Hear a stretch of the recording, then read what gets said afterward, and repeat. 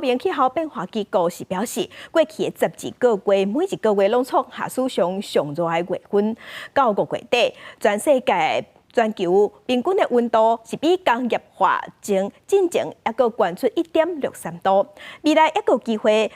继续创下新高。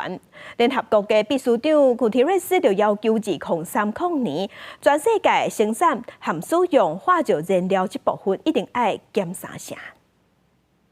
最近一直有一项各办理气候变化服务结果表示，甲去年同期比，过去12个月拢是有史以来上热的月份，全球均分比工业化进程悬出1.63度，这是1940年有史以来上热的时期，而且未来5年有高达8成几率会搁一摆出现温度超过1.5度的情形。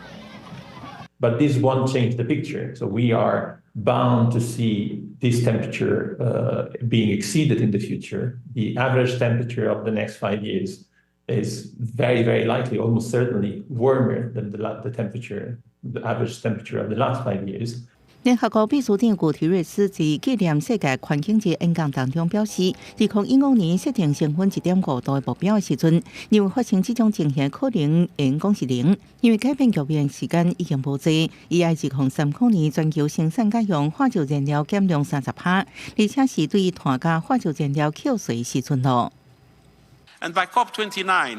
we need early movers to go from exploring to implementing solidarity levies on sections such as shipping, aviation, and fossil fuel extraction to help fund climate action. 古提瑞斯阁指出，甲真济政府限制薰草顶有害物质的广告比起来，各国政府应该禁止化石燃料公司广告宣传，而且这造成气候变迁产业毋但看创纪录真大利润，阁享受纳税人数条美金的补贴。